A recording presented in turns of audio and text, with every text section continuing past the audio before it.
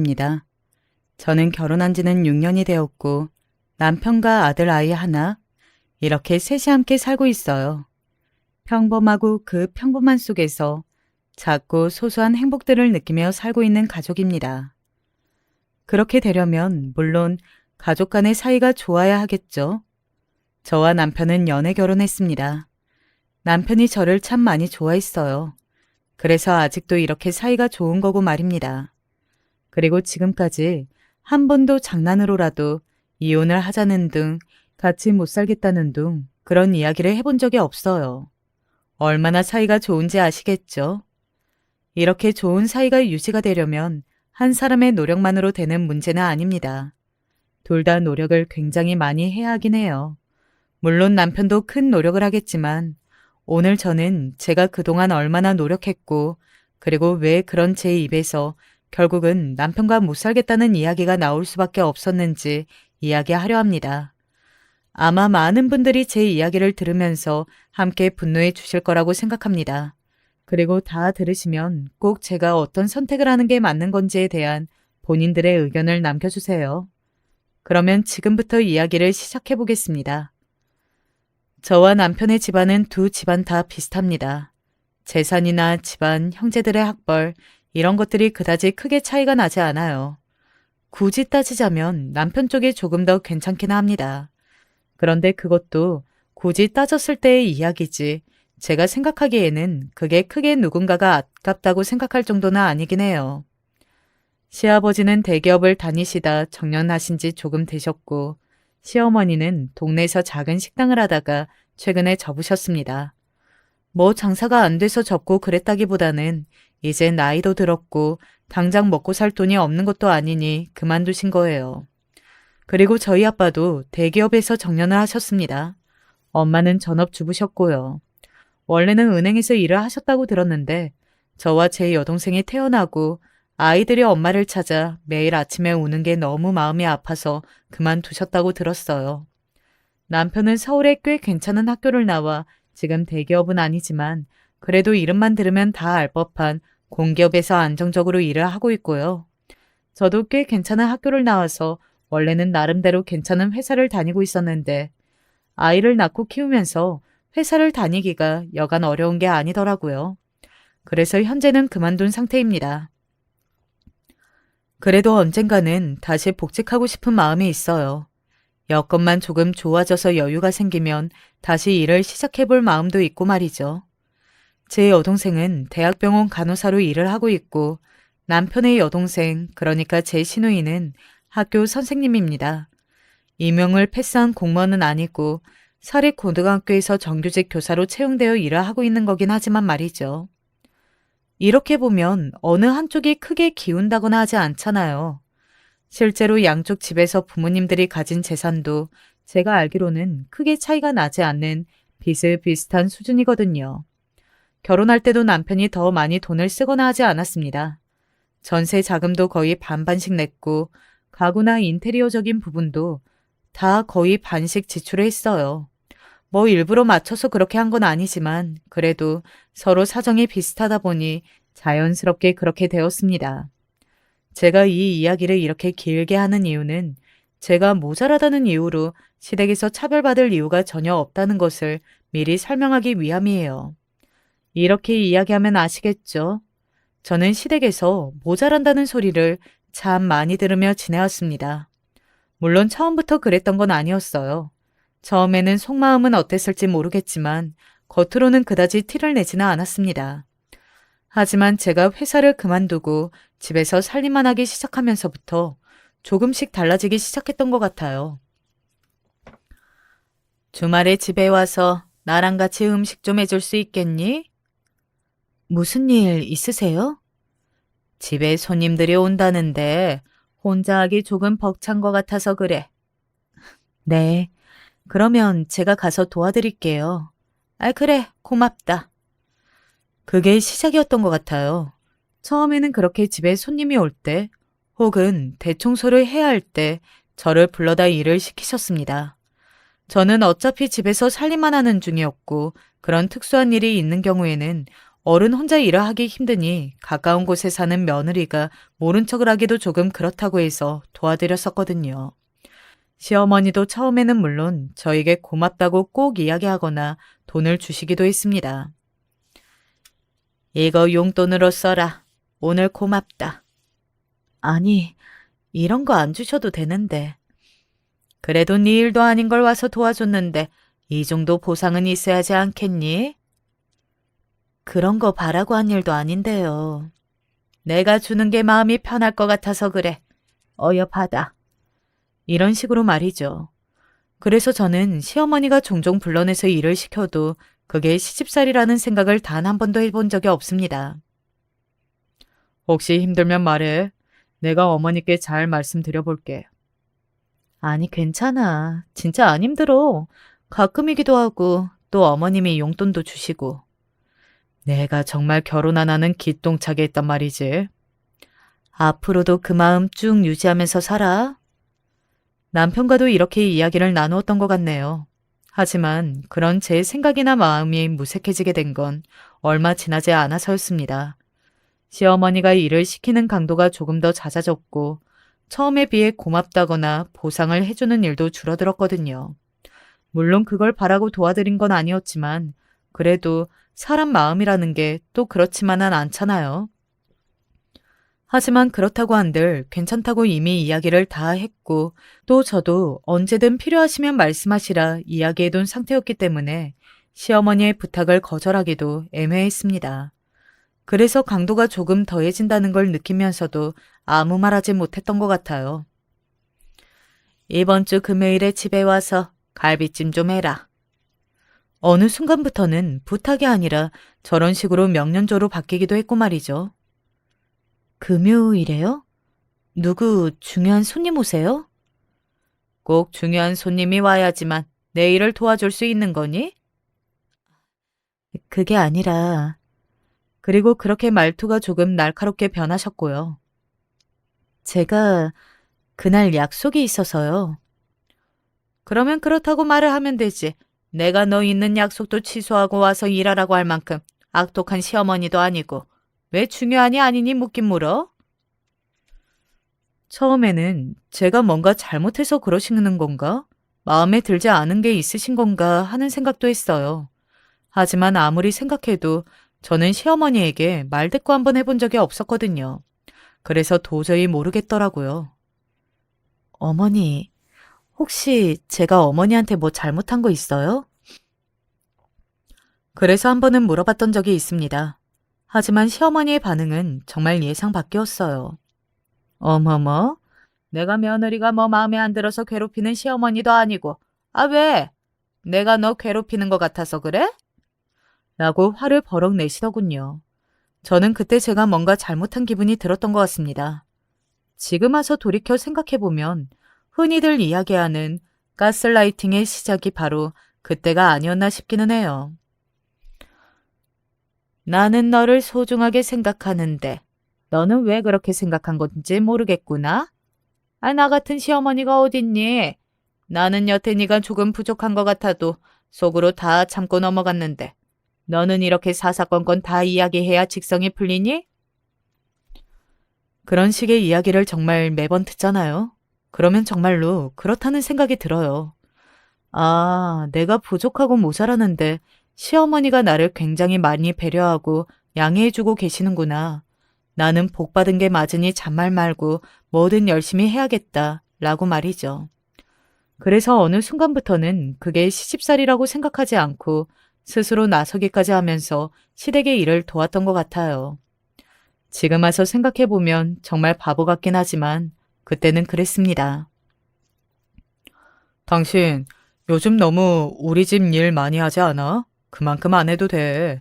내가 어머니한테 말씀드릴 테니까 당신도 너무 그러지 마. 나는 괜찮다니까. 당신이 그러면 어머니가 나를 뭐로 생각하겠어. 나 어머님 미움받기 싫어. 그러니까 하지 마. 남편은 초반에는 많이 도와주려고 했어요. 그리고 가끔 같이 시댁에 가면 시어머니께 이렇게 둘러 말하기도 했습니다. 이 사람 같은 며느리 없는 거 아시죠? 아, 그래. 잘하지, 잘해. 그러니까요. 요즘 이런 며느리가 어딨어요. 어제는 몸살기가 있어서 몸이 좀 안 좋았는데도 가서 어머니 도와드려야 한다고 나서더라고요. 몸이 안 좋으면 쉬지. 그러니까요. 쉬라는데 참. 남편이 그렇게 둘러 이야기하고 나면 그 뒤에 저에게 불호령이 떨어졌습니다. 아, 왜? 네가 집안일 하기 싫다고 했니? 아니에요, 어머니. 아니면 진짜 아픈데 일을 하겠다고 나선 거야? 나를 왜 그렇게 인정머리 없는 시어머니로 만들어서 아들한테 그런 소리를 듣게 해? 아프면 집에서 쉬어. 내가 너 억지로 나오라고 했어?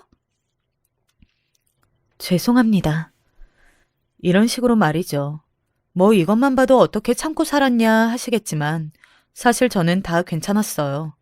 제가 정말 참을 수 없었던 건 그게 아니었습니다. 바로 시누이였어요. 왜 때리는 시어머니보다 말리는 시누이가 더 얄밉다는 말이 있잖아요.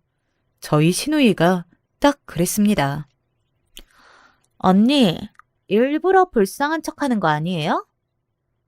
제가요? 그게 무슨... 엄마가 시키는 일 다 하는 척 하면서 사실은 뒤에서 맨날 오빠한테 나 힘드니 어쩌냐 하면서 엄마한테 악덕 시어머니 만들고 있는 거 아니냐고요. 제가 왜 그러겠어요? 아니에요. 아닌지 맞는지 알게 뭐야. 직접적으로 욕을 하거나 저를 괴롭히거나 하는 말을 하지는 않았지만 늘 저런 식으로 말을 비꼬면서 제가 시어머니에게 더 혼날 상황을 만들었다고 해야 할까요? 아무튼 그랬습니다. 그래서 시누이가 그런 식으로 한번 거들고 나면 시어머니의 역정은 더 심해졌고 말이죠. 저는 아무리 생각해도 그 이유를 모르겠더라고요. 처음에는 이렇지 않았는데 시어머니고 시누이고 왜 이렇게 변한 건지 아니면 원래 이런 사람들이었는데 그동안은 제가 몰랐던 건지 말입니다. 하지만 얼마 지나지 않아 그 이유를 알게 되었어요. 민주가 아직도 오빠 좋아한다니까 그러네. 확실해? 민주가 그런 거 맞아? 걔가 확실하게 이야기하지는 않았는데 눈치가 딱 그래. 매번 오빠는 잘 지내냐, 결혼한 분이랑은 잘 사냐, 그런다니까? 아이고, 정말 아까워 죽겠네. 민주 같은 애를 두고 왜 저런 걸 데리고 와서는. 우연히 들은 이야기였어요. 민주라는 분은 저도 아는 분이긴 했습니다. 오랜 시간 남편을 좋아해 쫓아다니던 시누이의 친구였어요. 집안이 굉장히 부자라는 것, 그리고 남편이 늘 거절했다는 것, 그거 두 가지는 저도 들었던 적이 있던 이야기였거든요. 시누이와 시어머니가 나누는 이야기를 들어보니 그 여자분은 저와 남편이 결혼하기 얼마 전 선을 봐 결혼했고 얼마 지나지 않아 저와 남편이 결혼한 거였더라고요. 그리고 최근에 이혼한 거였습니다. 그러니까 시어머니와 시누이는 저와 남편을 이혼시키고 새로운 며느리 그리고 새언니 보길 바라고 있었던 거예요. 그것도 아주 부자인 새 며느리를 말이죠. 그 이야기를 듣는데 정신이 번쩍하고 드는 기분이 들었습니다. 제가 아무리 잘해봐야 소용이 없고 그리고 제 진심이나 이런 것들이 중요하지도 않았다는 걸 알게 되었던 거죠. 그렇게 정신이 드니 제가 그동안 얼마나 헛짓거리했는지 알겠더군요. 그리고 어떻게 아이까지 낳고 잘 살고 있는 아들네 부부를 그런 이유로 이혼시키고 싶어 한다는 것도 제 상식으로는 도통 이해가 되지 않았고 말입니다. 그래서 그날부터 달라지기로 했습니다. 이번 주말에 와서 청소 좀 해라. 이번 주말에는 친정에 가봐야 해서 안 될 것 같아요. 많이 급한 일이니? 미루면 안 되는 일이야? 청소를 미루거나 아니면 아가씨한테 조금 도와달라고 하시는 게 낫지 않을까요? 제가 없으면 안 되는 일도 아닌데. 웃으며 그렇게 말하니 조금 당황하신 것 같기는 하더라고요. 보통 여태까지의 저는 시어머니가 미루라고 하면 곤란해하면서도 일정을 미루고 시어머니가 하자는 대로 했었으니까요. 엄마가 오랜만에 딸애랑 밥 한 끼 먹고 싶다고 하셔서 잡은 약속인데 미룰 수 없을 것 같아서요. 저도 엄마가 있는 딸인데. 제가 그렇게 말하는데 안 된다고 할 수 없잖아요. 시어머니는 그때 처음으로 한 발 뒤로 물러섰습니다. 그러면 어쩔 수 없지. 청소는 다음에 해도 되는 거니까. 그래, 다녀와라. 그렇게 이야기하는 시어머니에게 감사하다는 말도 하지 않았습니다. 사실 감사할 게 어딨나요? 시댁의 청소는 제가 당연히 해야 하는 일이 아니고 그동안은 좋은 마음으로 도와드린 건데 그걸 개인적인 일정으로 못하게 되어서 제가 죄송할 건 없잖아요. 아무튼 그 첫 번째 거절 이후로 저는 온갖 핑계를 다 대며 거절을 하기 시작했어요. 그날 애 병원 가기로 한 날이라 애비랑 저녁 약속이 있어서요. 이런 등등의 이유로 말입니다. 결국 시어머니는 폭발했어요. 뭐 그러라고 그동안 줄기차게 거절을 해온 거기도 합니다. 이게 보자 하니까 너 지금 일부러 이러지? 어? 왜 이러세요, 어머니? 이래서 안 된다, 저래서 안 된다. 언제 된다는 거니? 어? 너 일하기 싫어서 거짓말하는 거지. 집에서 집안일밖에 안 하는 애가 이것도 저것도 안 하면 아이 나가야지. 너를 어디다 쓰니? 어? 어머니, 제가 그동안 저희 집 말고 어머님의 집안일까지 한 건 순전히 어머니를 도와드리기 위해서였어요. 제가 해야 할 일이 아니라. 뭐? 제가 다른 이유로 시댁의 밥이나 청소를 못하는 건 이렇게 혼날 일도 어머님이 화를 낼 일도 아니라는 거예요. 어머니께 도리를 다하게 하겠지만 그거에 제가 이 집의 식모처럼 모든 일을 다하는 건 포함되어 있지 않습니다. 그러니 저는 제 사정이 있으면 거절을 할 수 있고요. 시어머니는 기가 찬 듯 보였지만 달리 반박을 하지는 못했습니다. 당연하죠. 제가 하는 말에 틀린 말이 하나도 없었으니까요. 시댁의 살림은 시어머니의 살림이지 제 살림이 아니잖아요. 시어머니는 답답한지 가슴만 퍽퍽 치고는 아무 말도 하지 못했어요. 그리고 그날 이후로 저는 그냥 시댁의 관심을 끄기로 했습니다. 표정이 안 좋네. 무슨 일 있어? 아니, 없어. 남편에게는 말하지 않았어요. 당시에는 남편이 아는 게 별로 좋지 않다고 생각했던 것 같습니다. 자신의 어머니와 시누이가 그런 말도 안 되는 생각으로 저를 내쫓기 위해 일부러 괴롭혔다는 걸 알면 충격을 받을 것 같아서였기도 했지만 사실 마음속 깊숙한 곳에서는 혹시나 남편도 그렇게 생각하고 나를 버리면 어떡하지 하는 걱정이 있었던 것도 같아요. 물론 그때는 생각하지 못했지만요. 그리고 지나고 보니 정말 말도 안 되는 걱정이기도 했고 말입니다. 그렇게 시어머니와 한판을 한 지 며칠이나 지났을까요? 그 소식을 들은 듯 정말 득달같이 시누이가 저를 찾아왔습니다. 전화로 하면 될 걸 얼굴 보고 이야기해야겠다며 집으로 찾아왔더라고요. 언니가 엄마한테 한 말 다 들었어요. 어떻게 며느리가 그렇게 막대 먹을 수 있어요? 제가 어디가 어떻게 막대 먹어요? 그냥 저는 제 일이 있어서 어머님 일을 거절한 것밖에 없는데. 시어머니가 하라고 하면 본인 일정이 있어도 다 취소해야 하는 거 아니에요? 아가씨는 그렇게 사실 거예요? 자기 일도 다 포기하고 어른이 하라면 하라는 대로 말 잘 들으면서? 사실 시누이는 이미 그렇게 살고 있지 않았거든요. 시누이의 시어머니는 현재 아파서 요양원에 계십니다. 원래 아주버님이 모시자고 했고 또 시누이의 시어머니도 요양원에 가기 싫다고 의사표현을 하셨지만 시누이가 모시고 사는 거면 이혼하겠다고 난리를 쳐서 결국 요양원에 모시게 된 걸 저는 알고 있었거든요. 그리고 제가 그 사실을 알고 있다는 것도 시누이는 알았고요. 그러니 제가 그렇게 이야기하면 시누이는 입을 딱 다물 수밖에 없었습니다. 본인은 본인 시어머니에게 그렇게 하지 않았으니까요. 시누이는 입을 꽉 깨물고 뭔가를 한참 생각나는 듯 하더니 입을 열었어요. 나랑 언니랑 같아요? 뭐가 다른데요? 나는 일을 하잖아요. 집에서 살림만 하는 사람이랑 같냔 말이에요. 사실 저는 그 이야기가 나올 거라는 걸 알고 있었습니다. 그래서 준비한 대답도 이미 있었어요. 제가 집에서 살림만 한다고 해서 시댁의 살림도 제 살림이 되는 건 아니고 또 어머님도 집에서 살림만 하시잖아요. 그러면 어머니 살림은 어머니가 하시는 게 맞죠. 엄마는 이제 늙었잖아요. 며느리 봐서 편하게 지내는 것도 못하세요? 본인 편하게 하자고 며느리 보는 거 아니잖아요. 그럴 거면 사람을 쓰지. 제가 무슨 식모도 아니고. 말 다 했어요?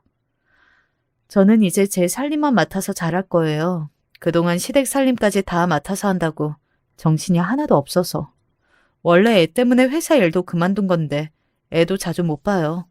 제 가정에만 충실할 겁니다. 그리고 저도 애가 조금만 더 크면 복직할 생각도 있고요.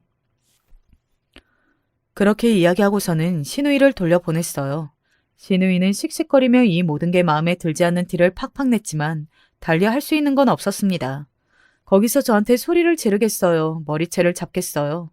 뭐 얼마 지나지 않아서 하긴 했지만요. 하지만 그 뒤로도 시어머니와 신우이는 포기하지 않고 저를 다방면으로 괴롭혔어요. 한 번은 손주가 보고 싶다고 아이를 데리고 오라고 하더군요.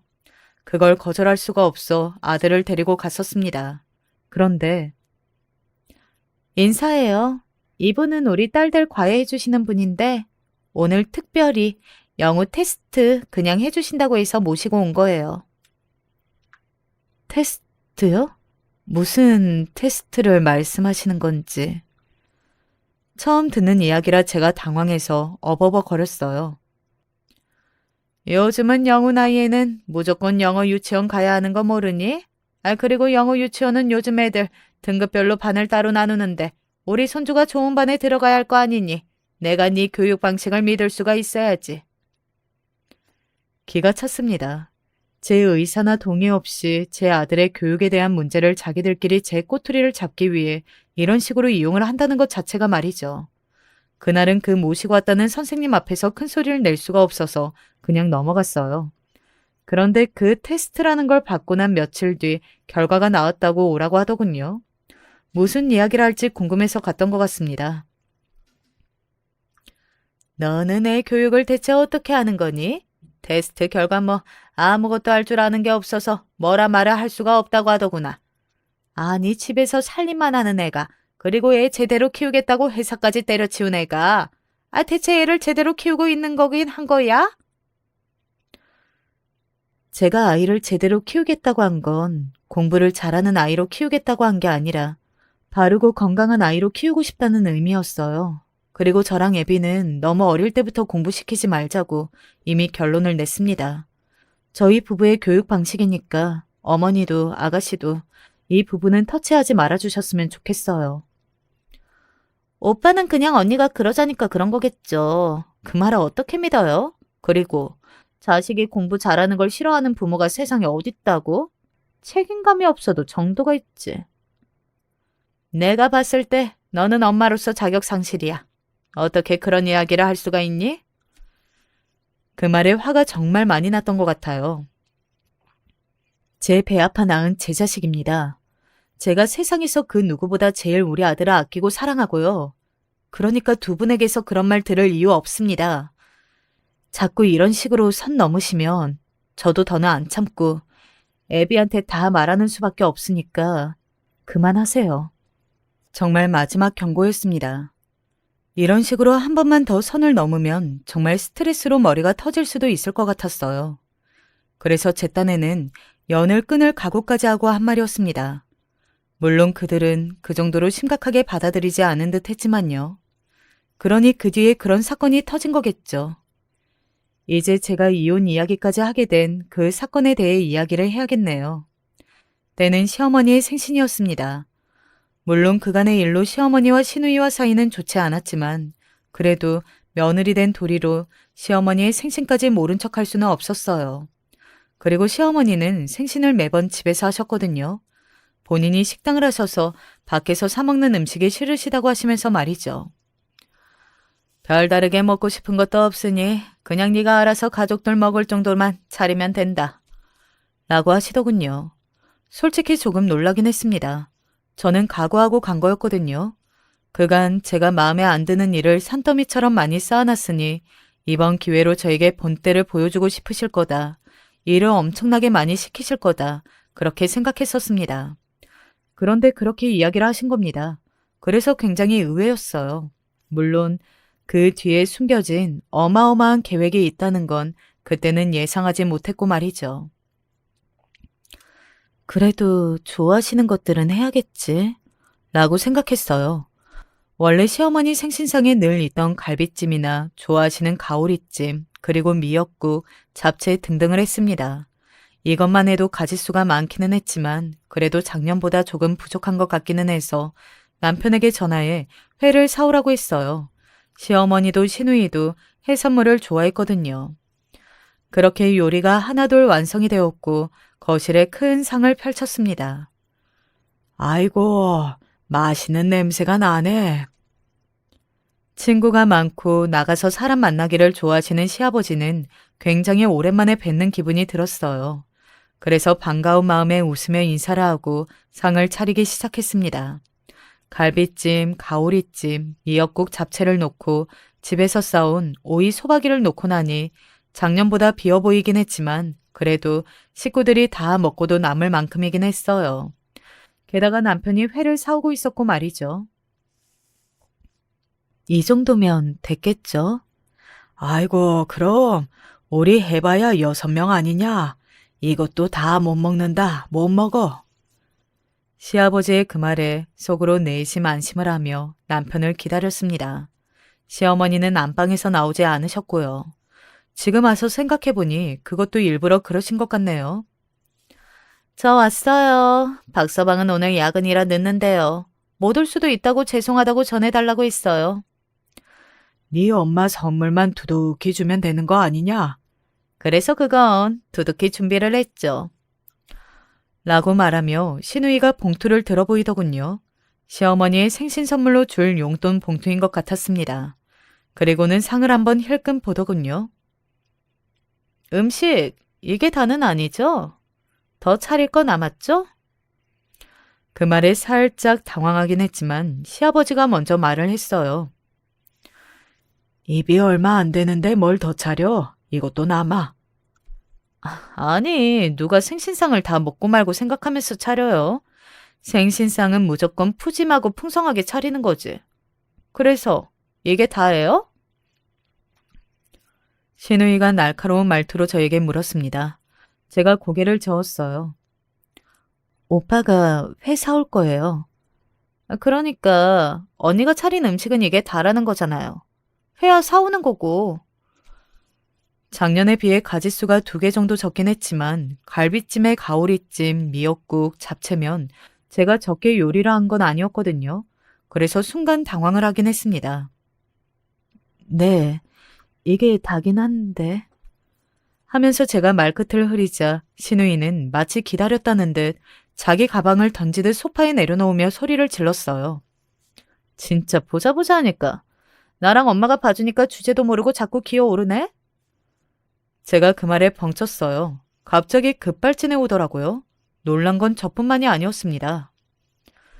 얘가 갑자기 왜 이래? 이게 어떻게 이렇게 화낼 일이야?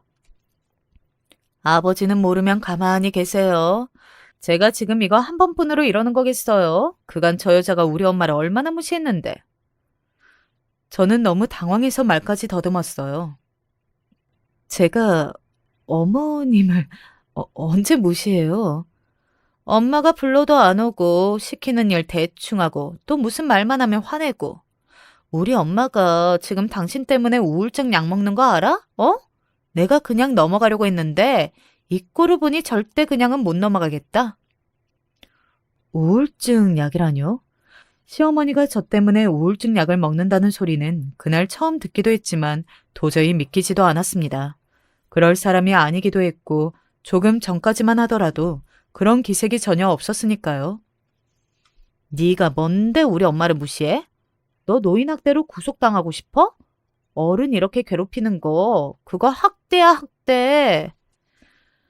정말 어이가 없다 못해 기가 차더라고요. 제가 대체 뭘 어떻게 했는데 어머님이 저 때문에 우울증 약을 드신다는 거예요?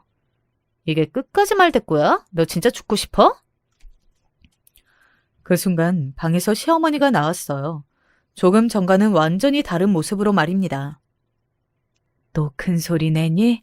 나는 이제 네가 큰 소리만 내도 심장이 덜컥 내려앉는다. 시어머니는 다 죽어가는 얼굴을 하고서는 저에게 그런 말을 하더군요. 지금 큰 소리를 내는 건 제가 아닌 신우였는데 말입니다. 억울해서 심장이 터질 것 같고 눈물이 날 것 같은 기분이 바로 이런 기분이구나 했던 것 같아요. 사람이 너무 억울하고 어이가 없으면 무슨 말을 하고 어떻게 말을 해야 할지도 모르겠더라고요. 시어머니와 시누이의 그 연극에 저는 속수무책으로 당할 수밖에 없었습니다. 처음에는 별 생각 없어 보이던 시아버지마저 저를 의심의 눈초리로 보고 있던 그때 시어머니가 약통 하나를 꺼내 들었어요. 이게 우울증 약이다. 내가 너만 생각하면 심장이 벌렁거리고 눈물이 날 것 같아서 병원에 가서 상담 받아보니 우울증이라고 하더구나. 며느리랑 관계를 끊는 게 최선이라는데 가족인데 안 보고 살 수 없어서 그냥 내버려뒀더니 오늘도 역시나 집에서 이렇게 큰 소리가 나오게 만들어? 봐봐 아빠. 엄마가 저 여자 때문에 우울증 약까지 먹는다니까? 이대로 이 집안에 두면 안 된다고. 둘이 짝짝꿍을 맞춰 그렇게 이야기하는 걸 보고 있자니 기가 차고 화가 나고 이게 무슨 일인가 싶고 온갖 감정이 다 들었지만 저도 저를 변호해야겠다는 생각에 다물고 있던 입을 열었습니다. 제가 언제 어머님을 괴롭혔다고 이러세요? 시도 때도 없이 불러서 집안일을 시킨 것도 어머니고 그리고 애 교육 문제로 저랑 상의도 없이 애 테스트 시키고 그걸로 엄마 자격이 있네 없네 하신 것도 어머니잖아요. 우울증이 걸릴 거면 제가 걸려야지 어머니가 왜... 하는데 그대로 번쩍하는 느낌과 함께 제 고개가 돌아가는 게 느껴졌습니다. 이게 진짜? 정신 못 차리지? 바로 시누이가 제 뺨을 후려친 겁니다. 입안으로 피맛이 느껴지는 듯도 했어요. 그만큼 시누이는 저를 세게 내리쳤습니다. 그래도 사람을 때리면 어떡하니? 저런 년은 맞아야 정신을 차린다니까요. 그런 막말을 듣기도 했고 태어나서 처음 맞은 뺨이었거든요. 왜 사람은 생각보다 살아가면서 뺨을 맞을 일이 생기지는 않잖아요. 그래서 그 엄청난 충격에 눈물만 뚝뚝 흘리고 있을 때였습니다. 이게 다 무슨 일이에요? 양손에 회와 술을 잔뜩 사온 남편이 현관에 우뚝 선 채로 이쪽을 향해 말을 했습니다. 시누이는 그런 자신의 오빠이자 제 남편인 사람에게 찰싹 달라붙어 저를 비난하기 시작했어요. 오빠, 저런 여자 계속 데리고 살 거야? 엄마가 저 여자 때문에 우울증 약도 먹는다고 엄마한테 막말하고 소리 지르고 애 교육도 제대로 못 시키는 저런 여자랑 계속 살 거냐고요. 그런 이야기를 하는 시누이를 보고 있으니 알겠더군요. 시누이와 어머니의 이 연극의 끝은 결국 저의 이혼이었다는 사실을 말입니다. 저와 제 남편을 이혼시키고 그 친구인지 뭔지 아는 여자를 새 며느리로 드리고 싶다고 이야기를 나누던 두 사람의 모습이 머릿속을 빠르게 스쳐 지나갔습니다. 그리고 그렇게까지 하는 두 사람의 모습을 보고 있자니 맥이 풀리고 기운이 빠졌어요. 도저히 상대할 힘도 또 상대하고 싶지도 않은 마음이 들었습니다. 억울하고 그런 걸 떠나 그냥 저 사람들과 저도 도저히 같은 가족으로는 살 수 없겠다는 생각이 들었어요. 아무리 며느리가 싫고 새언니가 마음에 들지 않는다고 해도 저렇게 연극까지 해가면서 억울한 누명까지 씌어가며 이런 짓을 하는 사람이 세상 천지에 또 있을까요? 저는 없을 거라고 생각합니다. 그냥 이혼할게요. 제 입에서 먼저 그런 말이 나오자 시누이는 조금 놀란 듯 보였습니다. 제가 악을 쓰고 더 달려들 걸로 생각했던 모양이었겠죠. 하지만 곧 실룩거리며 웃음을 참기 시작했어요. 계획대로 됐다고 생각하고 있는 게 분명했습니다. 그 모습이 정말이지 꼴보기 싫었지만 그녀와 한 가족으로 지내는 게 더 싫었어요. 봐봐. 본인도 인정하니까 순순히 이혼하겠다고 하는 거잖아. 오빠도 이제 그만 정신 차리고 얼른 저 여자랑 이혼해. 라는 시누이의 말이 끝나기가 무섭게 짝 하고 아까 들렸던 것 같은 소리가 다시 한번 그 공간에 울려 퍼졌어요. 하지만 이번에는 저는 아니었습니다. 오빠, 이게 무슨... 시누이가 자신을 때린 자신의 오빠를 놀란 얼굴로 바라보며 맞은 뺨을 감싸지고 있었어요. 꽤 많이 놀란 듯 손은 덜덜 떨리는 게 보였고 눈에는 눈물이 맺혀 있었습니다. 아마 시누이도 뺨은 처음 맞아본 거겠죠. 제 심정을 조금이라도 알았을까요? 내가 아무 말도 안 하고 가만히 있으니까 아무것도 모르는 줄 알아? 남편이 조용하고 낮은 목소리로 그렇게 말했습니다. 분명 목소리는 낮고 조용한데 힘이 있어서 그런지 굉장히 무섭게 들렸어요. 발을 꾹 누르고 하는 것처럼 들리기도 했고 말이죠. 그게 무슨 소리냐? 가만히 지켜보고 있던 시어머니가 놀라 말을 더듬으며 남편을 향해 물었습니다. 남편은 그런 자신의 어머니를 향해 시선을 돌렸어요. 애랑 어머니가 저 사람한테 그동안 어떻게 했는지 제가 몰라서 가만히 있는 줄 아세요? 저 사람이 괜찮다고 하니까 아무 말 안 하니까 그동안 모르는 척 참은 건데 어떻게 이렇게까지 하세요? 네? 저는 정말 한 번도 남편에게 이 문제에 대해서 이야기한 적이 없었거든요. 그런데 남편이 다 알고 있었다는 사실에 놀랐습니다. 어머니랑 얘랑 민주 가지고 헛꿈 꾸고 있다는 거 제가 모를 줄 아세요? 아니, 오빠가 그걸 어떻게...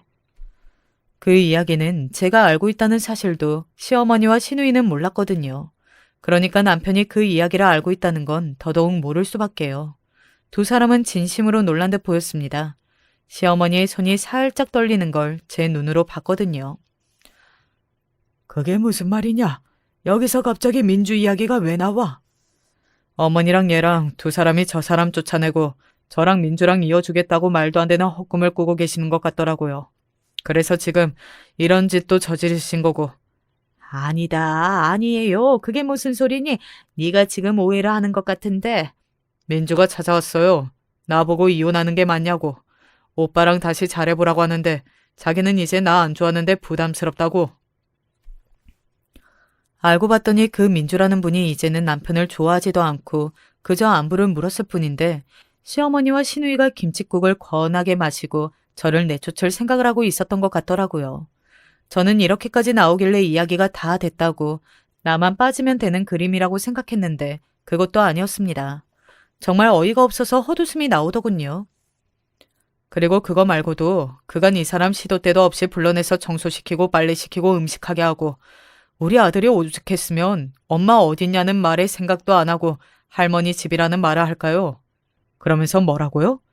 이 사람이 말을 안 들어서 어머니가 우울증에 걸렸다고요? 시어머니는 그제야 모든 것이 끝났다는 걸, 자신들의 계획이 다 틀어졌다는 걸, 그리고 돌이킬 수 없다는 걸 알게 된 것 같았습니다. 정말 곧바로 무릎을 꿇었거든요. 미안하다, 아가. 너한테도 미안하다. 내가 잠시 돌았었나 봐. 그러면 안 되는 건데. 내가 저거 꼬임에 넘어가서. 시어머니는 그렇게 이야기하며 이번에는 자신의 딸 탓을 하더군요. 솔직히 보통은 그런 상황이라도 모든 것이 내 탓이요 하는 게 보통 한국의 어머니들이잖아요. 그 와중에도 딸 탓을 하는 시어머니를 보고 정말 대단하다고 생각했던 것 같습니다. 엄마 지금 내 탓하는 거야? 엄마가 먼저 새언니 내쫓고 싶다고 어떻게 하면 좋을지 생각해보라고 했잖아. 그 전에 네가 민주가 아직 네 오빠한테 마음이 있는 것 같다면서 새언니 내쫓을 수 있으면 좋을 텐데 하고 나한테 바람 넣은 게 먼저잖아. 그 전에 엄마가 새언니 마음에 안 든다고 맨날 나한테 징징거린 게 먼저지. 이게 엄마한테 어디 말대꾸야? 엄마는 엄마 맞아? 인제 와서 왜 딸 탓을 해? 그 장면은 정말 죽을 때까지 잊히지 않을 것 같아요. 서로의 탓을 하면서 자신은 잘못이 없다고 소리를 질러대던 딸과 어머니의 그 장면은 정말이지 장관이고 가관이었습니다. 그 모습을 가만 보고 있던 시아버지가 처참한 얼굴로 소리를 버럭 질렀어요. 그만! 저는 시아버지가 그렇게 소리를 크게 지를 수 있는 사람이라는 걸 그날 처음 알았습니다. 늘 허허실실 거리시면서 사람 만나러 밖에 나다니기만 하시는 분이신 줄 알았더니만 화도 내실 수 있는 분이셨더라고요. 뭐 그런 일에 화를 안 내기가 더 힘들었겠지만요. 지금 이게 무슨 짓들이야? 부끄럽지도 않아? 여보, 그게 아니고. 아빠. 둘 다 당장 나가. 내 집에서 나가. 꼴도 보기 싫으니까. 시아버지는 그렇게 안방 안으로 들어간 문을 잠그셨습니다. 시어머니가 그 앞에서 문을 두드리며 시아버지를 애타게 불렀지만 아무 대꾸도 없으셨어요. 그리고 시누이는 그 틈을 타 도망을 가려 했습니다. 어딜 내빼려고 해? 남편이 그런 시누이를 잡았어요. 당장 제대로 사과해. 너 지금 이거 제대로 사과 안 하면 오늘 있었던 일 그대로 너네 남편한테 가서 다 이야기할 거니까. 남편의 그 소리에 시누이는 두 번 생각도 하지 않고 그 자리에서 바로 무릎을 꿇었습니다. 시누이의 그런 모습에 처음 보는 거라 놀랐어요. 언니, 정말 죄송해요. 제가 정말 잠시 정신이 나가서 아니 그냥 다 죄송합니다. 사람이 사람한테 그러면 안 되는 건데 욕심에 눈이 멀어서 엄마랑 매일 그런 이야기만 하다 보니까 저도 모르게 그래도 되는 줄 알았던 모양이에요. 한 번만 용서해 주시면 다시는 이런 일 없게 할게요. 그리고 언니한테도 잘할게요. 하라는 건 다 할게요. 앞에 나타나지 말라면 죽을 때까지 안 나타나요. 그러니까 남편한테만큼은 제발. 그렇게 말하며 손이 발이 되도록 싹싹 빌더군요. 하지만 안 됐다는 생각은 전혀 들지 않았습니다. 그리고 진심으로 반성하고 있다는 생각도 하지 않았어요. 그저 지금은 자신에게 너무 불리한 상황이었고 모든 게 다 까발려졌으니 어쩔 수 없이 사과하는 거라고 생각했습니다. 그리고 아마 그게 맞을 것이고 말이죠. 하지만 그냥 넘어갔어요. 저희 이야기라 아주버님께 해서 이혼을 시키겠어요, 뭘 하겠어요. 신우이가 이 일로 자신의 남편과 이혼하게 되어도 문제였습니다. 그 골칫거리를 누가 감당하느냐고요. 그래서 그냥 넘어갔습니다. 그렇게 신우이를 보내고 안방 문 앞에서 허망하게 앉아있는 시어머니와 아무도 손을 대지 않는 생일상 음식들을 멍하니 보고 있는데 남편이 가만히 제 손을 잡아왔습니다. 그리고는 이렇게 말했어요. 이제 우리 집에 가자. 그 말엔 누가 수도꼭지를 돌린 듯 제 눈에선 눈물이 펑펑 쏟아져 나오기 시작했어요. 우리 집에 가자는 남편의 그 말이 고맙고 안심이 되고 아무튼 여태껏 쌓아온 서름 같은 게 한 번에 다 녹아서 내리는 기분이 들었습니다. 그렇게 한참을 남편 품에 안겨서 엉엉 울었던 것 같아요. 남편은 아무 말 없이 제 등을 가만히 쓸어주기만 했고 말이죠. 집으로 돌아와서도 한참을 울었어요. 그리고 조금 진정이 되었을 때 남편에게 물었습니다. 너무 궁금했거든요. 어떻게 알았어? 그런 제 질문에 남편은 조금 고민하는 것 같더니 이야기하더군요. 당신이 어머니랑 동생 등살에 힘들어하는 건 알고 있었어. 집에 다녀온 날에는 표정이 너무 좋지 않았으니까. 그래서 무슨 일 있으면 꼭 나한테 먼저 이야기하라고 했던 거였고. 그런데 당신은 이야기해주지 않고 그러면서 하루하루 더 힘들어하고 지쳐하는 게 보이던 와중에 민주한테 연락이 왔거든. 그래서 알았지. 그리고 미안한데 당신 일기장 봤어? 저는 원래 아주 어릴 때부터 일기를 쓰는 습관을 지니고 있었거든요. 남편은 당연히 그 사실을 알고 있었고 말입니다. 그래서 그 민주 씨라는 분을 만나 시어머니와 시누이가 자신과 다시 붙이려 한다는 이야기를 듣고 나서 제 일기장을 뒤져 읽었다고 말이죠. 그곳에는 그간 제가 당했던 이야기들이 죄다 쓰여 있기는 했거든요.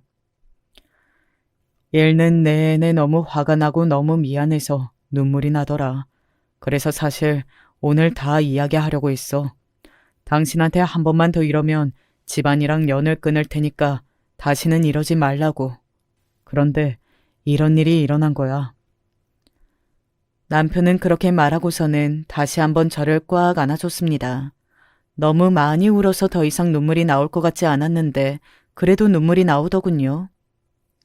당신이 설사 그렇게 하지 말라고 해도 나는 이제 어머니 안 볼 거야. 동생도.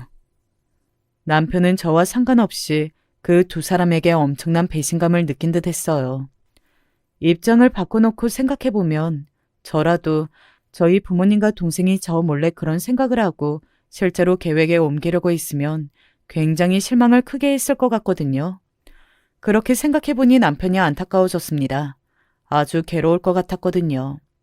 그렇게 며칠이나 지났을까요? 시어머니에게서 연락이 왔습니다.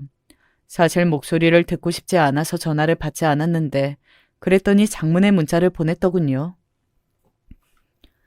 네가 나와 만나고 싶지 않을 거라는 거 잘 안다. 그리고 네가 만나주지 않아도 내가 할 말도 없고 며칠 동안 내가 뭘 잘못했는지 너한테 무슨 죄를 저질렀는지 곰곰이 더 생각해봤다. 그 끝에 내린 결론은 그래도 네 얼굴을 보고 반드시 제대로 사과해야겠다는 거야. 그러니 한 번만 만나다오. 용서해주지 않아도 된다. 그냥 내 이야기를 한 번만 들어줘. 이렇게 부탁한다. 사실 고민이 많이 되기는 했습니다. 그날 이후로 트라우마가 생긴 건지 텔레비전 속에서 시어머니의 시자만 나와도 손이 벌벌 떨려왔거든요. 만나면 엄청나게 괴롭고 힘들 거라는 걸 알고 있어서 겁이 났어요. 하지만 그래도 무슨 말을 하는지 들어는 보고 싶었습니다. 그래서 약속을 잡고 그 자리에 나갔어요. 시어머니는 그간 마음고생을 굉장히 심하게 했던 건지 살이 5kg는 빠져 보였고 몰골이 말이 아니었습니다. 당장이라도 픽 하고 쓰러질 것만 같은 모습을 하고 있었어요. 물론 그 모습을 보고 단번에 사과를 받아줘야겠다, 뭐 그런 생각을 한 건 아니었지만 말입니다. 그래도 마음이 조금 쓰이긴 했어요. 니네 시아버지가 나 같은 사람이랑은 도저히 못 살겠다고 이혼을 하자더구나. 솔직히 놀라기는 했어요. 물론 그냥 넘어갈 거라고 생각하지는 않았지만 이혼 이야기까지 하실 줄은 예상 못했었거든요. 재산 분할이고 뭐고 원하는 대로 다 해줄 테니까 그냥 나가라고 하는 걸 보면 나한테 정말이지 오만정이 다 떨어진 모양이야. 내가 자초한 일이긴 하지만. 시어머니는 그렇게 이야기를 하더니 제 손을 덥석 잡았습니다. 쉽게 용서가 안 될 거라는 것도 알고 용서해 달라고도 안 한다. 그래도 이 못난 늙은이가 생각이 짧아서 그랬다고 생각하고 한 번만 받아주지 않겠니? 그냥 네가 하라는 대로 다 하면서 살 거야. 가족을 잃게 되니까 그게 얼마나 소중한 건지 알겠더구나. 제 가족을 뺏어가려 했으면서 그런 소리를 하더라고요. 솔직히 화가 났습니다. 저한테서 제 가족을 뺏어가려 하셨잖아요. 그러니까 그래서 너한테 더 미안해. 시어머니는 그렇게 말하며 정말이지 손이 발이 되도록 싹싹 비셨습니다. 솔직히 진심이 느껴지기는 했어요. 진심으로 반성을 하는 것 같았고 또 후회하는 것 같았습니다. 물론 상황이 상황이니만큼 더 절실하게 저에게 사과를 하신 것도 있겠고 말이죠. 이제 제가 이 사연을 쓰게 된 이유를 이야기해야겠네요. 이쯤 되면 짐작하시겠지만 저는 이 사과를 받고 관계 개선에 노력을 해야 할지 아니면 시어머니가 이혼을 당하든 말든 용서를 하지 않는 게 맞는 건지 지금 그걸 고민 중입니다. 어쨌든 남편의 어머니라는 사실은 변하지 않잖아요. 그리고 지금은 진심으로 후회하고 있는 것 같고 말입니다. 여러분은 어떻게 생각하시나요? 제가 용서를 하는 게 맞을까요? 댓글로 의견 남겨주시면 꼭 다 읽어볼게요. 많이 남겨주세요. 그러면 저는 여러분들의 의견을 기다리며 이제 그만 이야기를 줄여야 할 것 같습니다. 긴 이야기 들어주셔서 감사합니다. 안녕하세요. 여기 사연을 볼 때 가끔 동년배 분들이 보이시는 것 같아서 반가울 때가 있었어요. 제 얘기를 하고 싶어 저도 보내봅니다. 그나마 가족들 중 가장 제 편이 되어주기도 하고 그만큼 많이 싸우기도 하는 딸아이가 제 이야기를 정리해 주었어요. 제가 태어난 1948년은 참 어려웠던 시기 같아요. 태어난 지 채 몇 년 되지도 않아서 6.25가 터지기도 했고요. 확실히 그 당시 나라 참상이 어땠는지 잘 기억이 나는 나이는 아니에요. 단지 좀 시간이 지나고 밀릴 무렵 그쯤에 부모님이 하시는 얘기라든지 제가 살아가던 배경들을 생각하면서 하나씩 답습해 갔답니다. 이때 우리 가족들이야 계속 서울에 있었지만 지방으로 점점 내려가서 터지를 짚다 보니 정말 별일들이 다 있었어요. 그때 가장 친했던 친구들 몇몇을 보면 다들 평범하지 않은 상황에서 가족들이 이쪽으로 피난을 왔고 그 이후에 태어난 애들이 몇몇 있었어요. 예를 들어 부모님이 북쪽에서 오셨다든지 혹은 광복 직전에 부모님이 한국으로 돌아오셨다든지 이런 경우 말이에요. 그러고 다들 3살배기 무렵에 모두 6.25를 겪게 된 거였고요. 이렇게들 힘들게 옹기종기 모여 살고 있었고 참으로 힘들고 배고픈 나날들을 보냈어요. 한편으로는 너무 슬픈 게 아마 제 또래분들이라면 공감을 하실 텐데요. 자식 세대들과 당연히 세월 차이가 있긴 하다지만 정말 해도 해도 너무 말이 안 통한다는 거예요. 아들 녀석은 어느 순간부터 대놓고 저를 무시하더군요. 아버지, 그런 얘기 좀 그만해요. 뭐 나 태어났을 땐 덜 힘들었나. 그리고 전쟁이니 공산당이니 가난이니 그런 거 실제로 다 옛날 얘기잖아요. 요즘 같은 때에는 그런 거 전혀 해당 없고 앞으로 살아갈 미래를 봐야죠. 왜 맨날 고리타분한 얘기만 해요. 이러면서 질려 죽겠다는 듯이 말을 하는데요. 어찌 보면 저도 늘 똑같은 소리만 하고 있으니 아들도 힘들 것 같기는 해요. 하지만 단순히 세대 차이만이 아니라 살아가는 방식에서도 꽤 크게 폭이 벌어지고 있거든요. 48년생인 저와 72년생인 아들 사이에는 꽤 넓고도 깊은 간격이 생긴 것 같아요. 나름 저는 아들에게 지원해 줄 만한 것을 다 했다고 생각했는데 아들은 그렇지 않더라고요.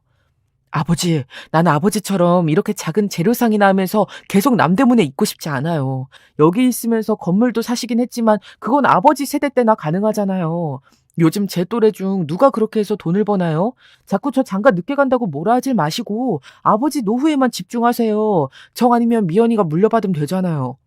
그리고 솔직히 물려받아서도 뭐 할지 모르겠어요.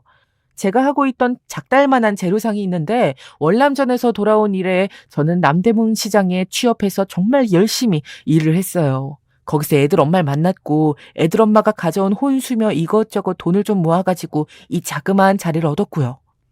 나름 일해본 경험들을 가지고 우리는 가게를 열게 되었고 결코 풍족한 삶은 아니었지만 정말 개미마냥 열심히 모으고 또 모았어요. 하지만 너무 그렇게 돈 하며 살아서 그런지 애들은 어릴 때부터 뭘 아끼고 하는 것에 질려 있더군요. 게다가 씀씀이가 저희와 너무 다른 거예요. 아들만 그런 게 아니라 딸 역시 그랬기에 우리는 꽤 아이들을 야단쳐가며 키웠어요. 누가 이렇게 화장지를 많이 쓴 거냐? 화장실도 불 꺼놓고 써. 전기세 나간다. 아유, 니네들은 정말이지 돈 무서운 줄을 몰라. 아빠 어릴 때는 어땠는 줄 아냐? 맨날 이렇게 말을 하면 딸부터가 짜증을 냈었답니다. 알아, 아빠. 이제 그만해. 뭐 나무 껍질 벗겨다 먹었다고? 아, 그 얘기를 대체 얼마나 언제까지 할 거야? 나 별로 휴지 많이 쓰지도 않았어. 오빠가 많이 썼나 보지. 그리고 그놈의 보릿고개 얘기 좀 그만해. 학교 가면 선생님들도 얘기해야 되고 아주 지겨워 죽겠어. 애들이 이런 반응이다 보니 참 자꾸 사이만 나빠지는 것 같아서 저도 어느 순간부터 입을 닫았어요. 그런데 우리 세대는 확실히 이때 유년기를 아주 진하게 몸에 스며들어 핏줄이 되도록 지냈기에 잊을 수가 없지 않나요? 몇 번이나 거듭해서 말할 수밖에 없는 정말 무섭고도 고달픈 시기를 보냈던 것 같아요. 당시 제가 살던 동네에는 서울에서 그리 거리가 떨어지지 않은 곳이긴 했는데 뭐 때문인지 진짜 가난한 사람들이 더더욱 많았어요. 전쟁이 끝난 지 좀 지났다고 한들 별 차이가 있지 않았거든요. 그때 함께했던 제 또래 친구들은 사실 늘 배만 고팠을 뿐 딱히 철도 없고 뭘 모를 나이이긴 했어요. 앞감도 잘 못하는 시기에 전쟁을 겪었고 그렇게 계속 업혀다니고 걸어다니고 하면서 겨우겨우 그 난리통을 끝냈고요. 이후에는 근처 또랑에서 가재나 잡으며 다니고 늘 그렇게 줄인 배를 안고도 뭘 그렇게 걸어 다녔는지 모르겠어요. 그리고 이때에는 다들 힘들고 배고플 때라 조금이라도 먹거리가 생기면 서로들 챙겨줬었어요. 명식아, 이리 와봐라. 이거 엄마 좀 갖다 드려. 얼마 안 되는데 전에 엄마도 우리한테 좀 챙겨주셨거든. 엄마한테 고맙다고 말씀드리고. 알았지? 이러면서 감자 조금을 주시는데 그걸 받아가지고 가면 어머니는 죽을 써다가 또 어찌저찌 끼니를 때우셨어요. 우리 애들에겐 이미 지겹게도 한 얘기라 자다가도 깨서 읊을 수 있는 말이지만 정말 그 보릿고개 시절에는 소나무 껍질 벗겨다가들 얼마나 먹었나요? 도저히 그냥 먹을 수가 없는 수준이다 보니 엄마들은 그걸 그렇게 다 끓이고 또 끓이고 거의 삭히는 수준으로 해다가 먹였어요. 그런데 먹고 탈난 사람들도 많이 있었어요. 저도 그랬고 그때 같이 잘 다녔던 단짝인 영환이도 말이에요. 야, 명식아, 나 이러다 죽겠어. 배만 빵빵해지고. 우리 할머니도 어제 나랑 똑같은 걸 먹었는지 배만 불러타서 아주 죽겠대. 어떡하냐, 정말. 이게 왜 그렇게 된 거냐면 소나무 껍질 자체가 워낙 소화가 잘 안 되더라고요. 그렇다고 그대로 나오는 것도 아니고 어디 붙어 있는 건지 정말 배가 죽을 듯이 고파 뭘 입에 넣긴 했지만 그게 밖으로 배출도 잘 안 되었어요. 그러니 저희 같은 애들이나 할머니, 할아버지들은 더 소화력이 약하니 몸이 견뎌내지를 못했던 거고요. 먹고 소화도 잘 안 되었지만 그렇다고 또 안 먹을 수도 없었어요. 거의 늘 보리 죽이며 뭔 놈의 이파리들을 그렇게 따다 먹었는지 어떤 놈은 소나무 껍질 벗겨가며 그 진액이라도 먹어보겠다고 매달렸지만 뭐가 있어야지요. 저와 영환이는 그때 거리를 누비면서 정말 운 좋은 날 빼짝 마른 개구리를 잡아먹었던 날도 있었어요. 지금 애들은 이런 걸 상상도 못하겠지만 말이에요. 그러다가 같은 동네에서 학교도 다녔는데 길수록 형편도 나빠지고 왜 학교를 다녀야 할지 모르겠더라고요. 공부도 싫고 가서 다들 넉넉하지 않은 살림에 선생님부터 해서 모두 배를 곪고 있는 모습이 참 힘들었어요. 그럴 때마다 저와 영환이는 또 뒷길로 빠져가지고 어디 굴러다니고 놀면서 개구리를 찾으러 다녔어요. 야, 명식아, 니랑 나랑 다 찾아와서 잡아먹었나 보다. 아닌가? 보니까 저쪽 동네 애들도 전에 잡았다 그러던데. 하여간 먹고 죽을 애도 없네. 개구리가 우리 무서워서 다 도망갔나 보다. 그냥 농담처럼 하는 말이 아니라 우리 둘은 진짜 혈안이 되어 있었거든요. 저도 가난한 건 마찬가지였지만 영환이 이 녀석은 일본에서 온 녀석이었는데 더 힘들게 배를 곪고 있었어요. 이때 이렇게 내려온 사람들이 꽤 있더라고요. 영환이네 할머니와 부모님이 같이 한국으로 어렵사리 넘어오셨는데 나중에 다시 아버지는 일본으로 돌아가셨다나 봐요. 할아버지와 아버지는 아직도 일본에 있어. 같이 왔어야 했는데 아무래도 거기서 돈을 더 벌어야 할 것 같아. 나는 이제 아버지 얼굴도 잘 기억이 안 나. 할아버진 더 모르겠고. 우리 엄마는 아버지도 없을 때 혼자 동생을 낳아서 너무 고생했어. 그래서 저렇게 아픈 거야. 영환이네 어머니는 제가 기억해 볼 때 늘 그 작고 좁은 방에 누워 있으시던 생각만 나요. 누렇고 얇은 요 하나를 덮고 언제나 파리하고 힘없는 얼굴로 눈만 가끔 맞추셨거든요. 집 사정이 다 거기서 거기이다 보니 가끔 놀러 가기도 했지만 정말 지독할 정도로 먹거리도 없고 놀거리도 없었어요. 그나마 우리 어머니가 영환이네를 좀 불쌍히 여기셨는지 죽이라도 조금 써서 내어드릴 때도 있었답니다. 이거 영환이 갖다 줘. 거기 엄마 얼굴이 맨날 오늘 내일 하는 것 같던데. 아우, 영환이 불쌍해서 어쩌냐. 그렇게 조금이라도 덜어서 갖다 드리곤 했는데 당시 어렸던 제가 봐도 영환이네 할머니는 참 표독스러운 사람 같았어요. 아마 시어머니셨을 텐데 우리 엄마가 당신 며느리 주라고 준 건데도 문 앞에서 받자마자 홀짝 다 마셔버리더라고요. 이리 줘라. 내가 갖다 줄 테니까. 이러면서 대문을 돌자마자 들이마시는 소리가 나더군요. 저도 당시 놀래서 뭐 하는 거냐고 소리를 질렀는데 그 소리를 듣고 영환이가 나왔지 뭐예요? 영환이는 징징거리면서 자기 할머니한테 고함을 지르고 할머니는 똑같이 매섭게 받아치는데 진짜 무서웠어요. 먹고 죽으려고 먹었다. 왜? 네 엄마 어차피 저러고 죽을 텐데 살 사람은 살아야 하지 않냐? 둘러붙지 말고 저리 가. 이러면서 아주 대차게 영환이를 떨궈내는데 그대로 한 방에 나가 떨어지고 말았어요. 이때 저는 나름 충격을 받아서 집에 왔고 어머니께 말씀드리니 혀를 차실 뿐이었답니다. 아무리 고만고만한 집 형편들이라곤 하지만 간혹 저렇게 다들 배를 골마 무섭고 매정한 모습들을 보일 때가 있어서 더 흉흉했던 것 같아요. 그래도 다행이라면 다행이랄지 영환이네 어머니는 그렇게 못 먹고 계시면서도 이후 몇 년은 더 사셨던 것 같아요. 반대로 할머니는 그렇게 욕심을 부리고 며느리를 괴롭혀대시더니 뭘 잘못 삶아 드시고 일찍 돌아가셨거든요. 저희가 점점 커가고 이후로 20살 남짓 되었을 때에는 그나마 배고픔은 그전만 하진 않았다 쳐도 여전히 먹고 살기 힘들긴 했어요. 영환이는 한 번쯤 자기 아버지가 있는 곳에 가보고 싶다고 하더군요. 전에 할머니가 얘기해 주셨던 건데 할아버지는 일본에서 엄청 고생을 했대. 그래서 아버지도 가서 똑같이 일본 사람들한테 얻어맞고 있을지도 모른다 그랬어. 근데 저는 이때 잘 이해가 되질 않더라고요. 그래서 다시 물어봤어요. 그렇게 힘든데 너네 아버지는 왜 일본에 다시 가신 거야? 집에 안 온 지도 엄청 오래되시지 않았어? 그러자 영환이는 참 답이 없다는 듯 괴로운 얼굴로 말을 하더라고요. 그나마 그래야 먹고 살 돈이 나오니까. 거기서 한국인이랍시고 차별을 당할지언정 여기서 이러고 사는 것보단 나으니까 간 것 같아. 근데 우리는 벌써 아버지를 못 본 지 너무 오래됐고. 이런 얘기가 우리 사이에서 나올 수밖에 없었던 건 제법 장성했다 싶은 우리에겐 꽤 중요한 갈림길이 있었거든요.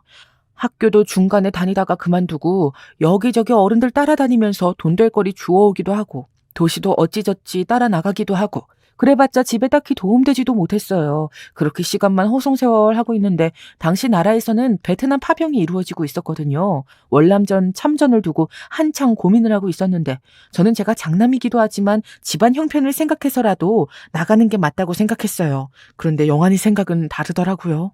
나는 아버지를 만나야 해. 그래서 못 가겠어. 굶어 죽더라도 한국에 있을 거야. 월남 가서 죽으면 어떡하냐. 너도 그냥 가지 마. 둘이서 그냥 어떻게든 해보자. 살려면 또 방법이 있지 않겠냐.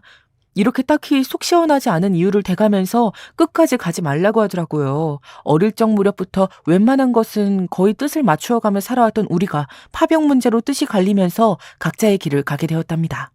당시 저도 무척 비장한 마음을 갖고 있었고 어머니는 보통 반대하신 게 아니에요. 초창기 때 나간 것도 아니고 한참 뒤쯤에 나가게 된 거라 여기저기 비보도 만만치 않게 들려왔거든요. 명식아, 안 가도 된다. 남들 죽으러 간다고 너도 죽으러 갈 거냐? 안 된다. 너 엄마 죽는 거 보고 싶냐? 이처럼 내내 눈물 지으며 반대하시는 어머니를 동생들에게 맡겨두고 저는 눈을 질끈 감고 월남을 다녀왔어요. 낯선 나라에선 낯선 말들을 들으며 생전 처음 경험해보는 곳들을 돌아다니면서 심장이 꿀렁거리고 눈물을 줄줄 흘렸던 때의 기억은 정말 참혹했어요. 당장 제 귀 옆으로 총알이 날아다녔고 그때 봤던 참상은 저에게 어마어마한 기억이 되어서 이후로도 무척 힘든 시간을 보냈거든요. 가끔 월남전 참전한 사람들에 대한 프로그램이 있어서 보면 그걸 볼 때마다 그렇게 가슴이 아리고 심장이 쿵쿵 뛰곤 해요. 물어보면 언제건 어제 일처럼 저는 얘기를 할 수 있어요. 그리고 기왕 돌아왔고 그 후로 시간이 아주 많이 흘렀다고 하지만 한편으로는 어머니나 영환이의 만류처럼 안 가는 게 좋지 않았을까 이런 생각을 해보게 되더군요. 다녀와서 요즘 말로는 그 후유증이랄까 그런 것들이 무척 많았거든요. 내 나라에서 일어나는 전쟁을 직접 겪긴 했지만 그땐 기억이 희끄무레했고 늘 동네 어른들로부터 듣기만 했어요. 하지만 말도 안 통하는 외국에 파병되어서 직접 경험했던 전쟁의 참상이란 이후 몇 년이 지나 결혼을 했을 때에도 악몽에 시달려 몇 번이나 헛소리를 하고 울음을 토하게 만들었어요. 제가 참전가 있던 시간이 그렇게 긴 건 아니었지만 돌아오니 제 환경은 무척 많이 변해 있었어요. 이때 어머니께 소식을 전해 듣고 깜짝 놀랐었고요. 영환이네. 저기 멀리 어디 간다더라. 어디를 가는지도 못 물어봤어. 너 파병 가고 걔도 많이 방황하는 것 같더라. 어디 아가씨 만나서 결혼한다는 소리도 있고 너한테 연락한다곤 했어. 저 역시 영환이를 거의 생각지 못하긴 했지만 막상 돌아와서 떠올려 보니 우리가 각각 서 있는 곳이 많이 달라졌음을 체감하게 되었어요. 그 이후로 한 몇 년 지나서 겨우 연락이 될 때까지 저는 저대로, 영환이는 영환이대로 가정을 꾸려나가느라 정신이 없었던 것 같아요. 저희 큰아들이 태어났던 72년도에 영환이한테 급히 연락이 왔었어요. 어머니가 살고 계신 본가 쪽으로 말이에요. 그래서 저도 어찌어찌 연락이 되어 얼굴을 보게 되었는데요. 너무 오랜만에 봐서 그런지 좀 어색하기도 했지만 뭔가 애틋한 느낌은 여전하더라고요. 명식이 이놈 장가 들고 애도 낳았다면서. 나도야 딸 하나 있고 아들 하나 있다. 요즘 어떻게 먹고 살고 있어? 이렇게 물어오는 영환이야말로 여전히 얼굴색이 좋지 않고 좀 지쳐 보이긴 했어요. 당시 저는 남대문 시장에서 바쁘게 일하고 있었고 가게에 데려가서 미약하게나마 소개도 해주었어요. 신기하다는 듯이 그 좁디 좁은 가게를 둘러보던 영환이는 불현듯 갑자기 이상한 말을 하더군요. 그래. 다 잘 해보자. 열심히 살아보자. 저기, 나 일본으로 간다. 이때 저는 깜짝 놀랐어요. 한편으론 영환이를 떠올릴 때마다 언젠가는 가지 않을까 생각하긴 했었지만요. 아버지께로 가게? 연락은 된 거야? 요즘 보니 일본이나 싱가폴 이런 쪽으로 많이들 일하러 가더라고. 어떻게 살 생각이야? 온통 묻기만 하는 저에게 영환이는 씁쓸하게 웃으며 말을 하더라고요. 제가 봐도 딱히 대책이 없어 보이긴 했어요. 애들도 태어났고 먹고 살려면 별수라도 있어야 하는데 말이야. 아버지와 연락이 닿아서 그쪽으로 가보려고 해. 나도 막막한 게 많다 지금. 확실히 고민이 무척 많아 보이는 얼굴이었어요. 아버지와 할아버지가 있는 일본을 가끔 얘기했지만 영환이 어머니나 할머니가 일본어를 할 줄 알았지 이 녀석은 한 번도 하는 걸 본 적이 없었거든요. 그도 그럴 것이 여기 와서 태어났으니 전혀 관계가 없잖아요. 그럼에도 불구하고 결국은 아버지가 계신 곳으로 간다고 하는데 저는 그저 잘 다녀오길 바란다는 말밖에 해줄 수가 없었어요. 그렇게 어설프게 우리는 작별 인사를 하고 헤어졌고 정말 간만에 만난 고향 친구의 여운을 깊이 느낄 새도 없이 다시 생활 속으로 빠르게 들어갔답니다. 이때 아들을 낳고 난 뒤 아내의 몸이 정말 안 좋았거든요.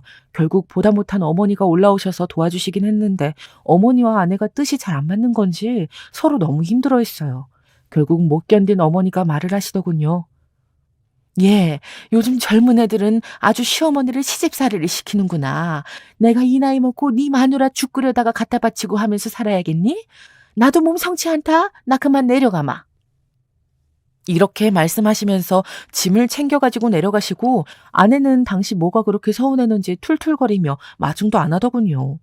이 무렵부터 사회의 흐름이 많이 바뀌었던 것일지 모르겠지만 보통 저는 당연히 어머니를 모시고 사는 게 맞다고 생각했어요. 그런데 혼자 자라온 아내는 그렇게 생각지 않더라고요. 자꾸 저와 마찰이 일어났어요. 이 좁아 터지는 집에서 어머니까지 어떻게 모시고 살라고. 당신도 내가 갖고 온 돈으로 겨우 가게 얻어놓고 양심은 있는 사람이요? 마누라가 이렇게 아파갖고 누워있는데 어머니라도 그럼 일어나셔야지. 아픈 사람이 먼저 아니나고요. 이렇게 싸우다 보니 저도 한계가 왔고 그냥 다 놔두고 그저 돈 버는 일에만 집중했어요. 도매상이며 뭐며 맨날 사람들 쫓아다니면서 일을 배우고 하다 보니 하루하루가 너무 고단하고 지치더군요. 그러다 보니 맨날 시장에서 만나는 그 얼굴이 그 얼굴이고 어느새 그들과 어깨를 나란히 하고 동료이자 친구로서 지내게 되었어요. 비가 오고 눈이 오고 무슨 일이 있어서 늘 나가서 가게를 지키는 게 일상이 되었고 하도 내가 고생을 하고 아내도 힘들게 살다 보니 절대 애들에게는 이런 삶을 물려주고 싶지 않았답니다. 그런데 자라는 동안 저는 애들한테 꽤 많은 걸 해줬다고 생각했는데 이 녀석들은 그렇지 않았던 것 같아요. 그게 참 서운하고 마음 한편이 허전하더군요. 특히 아들놈 말이에요. 아버지, 저 학비도 그렇고 여러 가지로 모자라요. 돈 좀 더 주세요, 예? 이때 군대도 다녀와 놓고 좀 부족하면 자기가 뭐라도 해서 벌었을 생각을 해야지 너무 당연하게 저에게 손을 벌리는 모습이 화가 나더라고요. 지 밑으로 여동생도 있는데 걔도 공부시켜서 대학은 보내야 할 거 아니에요. 하여간 아들은 어디서부터 잘못된 건지 머리가 크던 무렵부터 지금도 저랑 안 맞아서 힘든 사이이긴 해요. 야, 이 녀석아. 머리만 컸으면 다냐? 네 애비는 그 나이 때 도시로 나와서 일하고 쫓아다녔고 월남 가서 얼마나 팍팍하게 죽을 고비를 넘겼는지 아냐? 아유, 어디 당연한 듯 돈 달란 소리를 하고 있어. 이거 그냥 눈 두고 코 베어가는 것도 아니고 애지간한 도둑도 너처럼은 안 하겠다. 제가 한창 윽박질러서 야단을 쳐놓으면 또 아내는 뭐가 그렇게 아들이 안쓰러운지 엄청 감싸고 도는 거예요. 당신은 왜 그래요, 진짜? 제대로 못 해먹이고 못 해입히고 부모가 돼서 무능력한 게 잘못이지 얘네가 뭐 그리 잘못이에요. 아내까지 이런 말을 해대니 아들 녀석 버릇이 그 모양인가 싶기도 하고 그나마 딸내미는 별 말 없이 커줬기에 집에 와서 딸 보는 맛이라도 있더군요. 한창 아들과 딸이 대학을 다니던 90년대 무렵에는 진짜 세상이 너무나도 빠르게 변하는 것 같고 저도 아주 잠깐 호황을 누리기도 했었어요. 그래서 저금도 하고 은행을 목숨처럼 신뢰해가면서 아내와 계획을 세우기도 했었고 말이에요. 근데 그 흐름을 잠깐 좀 거쳤다고 철없는 아들 녀석은 정말 지멋대로 살더라고요. 저 몰래 지 엄마한테 얼마나 돈을 뜯어갔는지 그걸로 작달만한 차를 한 대 사더니 몰래 끌고 다니는 게 아니겠어요. 이때 하도 거칠게 싸우다 보니 아들은 결국 집을 나가버렸어요. 이놈 자식아, 네 애비는 아직도 휴지도 몇 장 마음 편히 못 써. 그리고 몇 천 원 하는 백반이나 겨우 먹고 다니는데 대체 뭐 하는 짓이냐? 응? 그 따위를 살 거면 나가. 네 힘으로 먹고 살아. 있는 대로 욕을 다 얻어먹고 그 말 같지도 않게 똥폼만 잔뜩 뿌린 차에 옆에 웬 여자애를 태운 상태로 망신을 당한 아들은 그 길로 사라졌어요. 이때 아내가 뭐라고 말을 해도 저는 듣지 않았고 진짜 하나부터 열까지 뭐가 이렇게 맘대로 안 되는지 답답하더군요. 하지만 시간이 지나서 약해 빠진 아들 녀석은 다시 돌아왔고 그래도 제아비 돈이 아쉬웠던지 무릎 꿇고 빌더라고요. 결국 그리 살다가 나중에 장가 갈 때쯤 제때 되어서 나갔고요. 딸아이도 2000년에 시집을 가고 우리 집에는 저와 아내만 남게 되었어요. 그렇게 떠들썩하고 분주하게 살았으면서도 막상 애들이 집에 없으니 허전하기도 하고 애들과 많이 시간을 못 보냈음이 뒤늦게 후회스럽더로군요. 너무 많은 걸 아내에게만 일임했던 게 아닌지 대체 내 삶이란 뭔지 통탄스럽기도 했어요. 그 무렵 때 시장에서 같이 일했던 옆가게 친구한테 이런 얘기를 했더니 참 서글픈 말을 하는 거예요. 우리 세대가 사실 뭐가 있냐. 전쟁이며 온갖 변하는 흐름 속에 같이 굴러오면서 몸만 내던지며 살아왔지. 자식들이 뭘 그런 걸 알아주겠어. 모르는 게 당연한 거야. 그 말이 맞다 싶으면서도 뭘 어떻게 하면 좋을지 잘 알 수가 없었어요. 그렇게 해를 계속해서 넘기고 손주들도 태어나고 한편으론 참 고마웠던 게 딸내미가 그렇게 저를 잘 챙겼어요. 아빠, 엄마, 이제 좀 편하게 사셨으면 좋겠어. 맨날 좁은 가게에서 일하는 아빠 보면 너무 속상해. 엄마도 너무 아빠 타박만 하지 말고 좀 잘해줘. 이제 둘밖에 안 살잖아. 나는 오빠가 애들 데리고 자주 올 테니까 같이 여행도 다니고 그래요. 딸아이는 손주, 손녀를 한 명씩 낳아가지고 종종 친정에 들렀는데 저는 그때 참 희한한 감정이 들었어요. 애들이 언제 이렇게 커갖고 자식들을 낳아가지고 왔는지 실감이 안 나더라고요. 그쯤에 우리 어머니 댁도 손주들 다 데리고 들렸었는데 그때 어머니 몸이 많이 안 좋으셨어요. 명식이 왔구나. 나도 몸이 힘들어서. 하여간 밥 잘 챙겨 먹고 있지? 어느덧 80이 다 되셔서 그렇게 누워만 계신 어머니를 보니 여러 가지 감정이 오갔어요.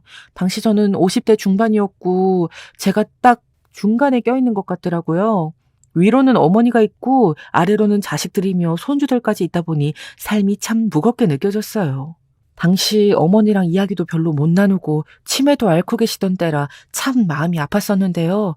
글쎄 저도 잊고 있던 얘기를 어머니가 하시지 뭐예요. 네 친구 영환이 생각이 난다. 그 엄마 말이야 참 얼굴이 안 좋았었는데 영환이도 꼭 닮았잖아. 새삼 큰아들 친구 얘기를 하시는데 아닌 게 아니라 저는 그때 아주 조금 기뻤던 것 같아요. 오래도록 치매를 미약하게 앓으시면서 잘 까먹으시는 어머니께서 그 옛날 얘기를 아주 잠깐 꺼내셨으니까요. 그래서 저도 이때 친구 생각을 엉겹결에 했던 것 같아요.